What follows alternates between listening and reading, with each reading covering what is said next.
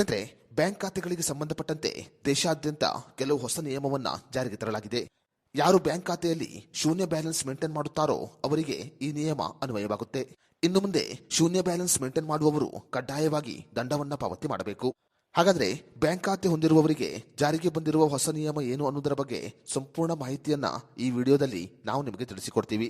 Video ತುಂಬಾ informative ಆಗಿದೆ, ಎಲ್ಲೂ ಸ್ಕಿಪ್ ಮಾಡದೆ ನೋಡಿ. ಸ್ನೇಹಿತರೆ, ಭಾರತೀಯ ಸ್ಟೇಟ್ ಬ್ಯಾಂಕ್ ಆಗಿರಬಹುದು, ಪಂಜಾಬ್ ನ್ಯಾಷನಲ್ ಬ್ಯಾಂಕ್ ಆಗಿರಬಹುದು, ಬ್ಯಾಂಕ್ ಆಫ್ ಬರೋಡಾವಾಗಿರಬಹುದು ಅಥವಾ ಕೆನರಾ ಬ್ಯಾಂಕ್ ಆಗಿರಬಹುದು, ನೀವು ಯಾವುದೇ ಬ್ಯಾಂಕಿನಲ್ಲಿ ಖಾತೆಯನ್ನ ಹೊಂದಿದ್ರೂ ಬ್ಯಾಂಕಿನಲ್ಲಿ ಮಿನಿಮಮ್ ಬ್ಯಾಲೆನ್ಸ್ ಮೇಂಟೈನ್ ಮಾಡುವುದು ಕಡ್ಡಾಯವಾಗಿದೆ. ಕೆಲವು ಬ್ಯಾಂಕಿನಲ್ಲಿ ಖಾತೆಯನ್ನು ಹೊಂದಿರುವವರು ಝೀರೋ ಬ್ಯಾಲೆನ್ಸ್ ಅನ್ನ ಮೇಂಟೈನ್ ಮಾಡುತ್ತಾರೆ. ಆದರೆ ಝೀರೋ ಬ್ಯಾಲೆನ್ಸ್ ಮೇಂಟೈನ್ ಮಾಡಿದರೆ ನೀವು ಕಡ್ಡಾಯವಾಗಿ ದಂಡವನ್ನ ಪಾವತಿ ಮಾಡಬೇಕಾಗುತ್ತೆ. ಯಾವುದೇ ಬ್ಯಾಂಕಿನಲ್ಲಿ ಕನಿಷ್ಠ 500 ರೂಪಾಯಿ ಬ್ಯಾಲೆನ್ಸ್ ಮೇಂಟೈನ್ ಮಾಡುವುದು ಕಡ್ಡಾಯವಾಗಿದೆ.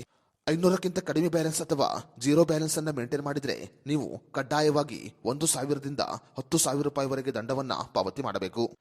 ಮೆಟ್ರೋ ಪ್ರದೇಶಗಳು, ನಗರ ಪ್ರದೇಶಗಳು ಮತ್ತು ಗ್ರಾಮೀಣ ಪ್ರದೇಶಗಳ ದಂಡದ ಶುಲ್ಕದಲ್ಲಿ ನಾವು ಬದಲಾವಣೆಯನ್ನು ಕಾಣಬಹುದು.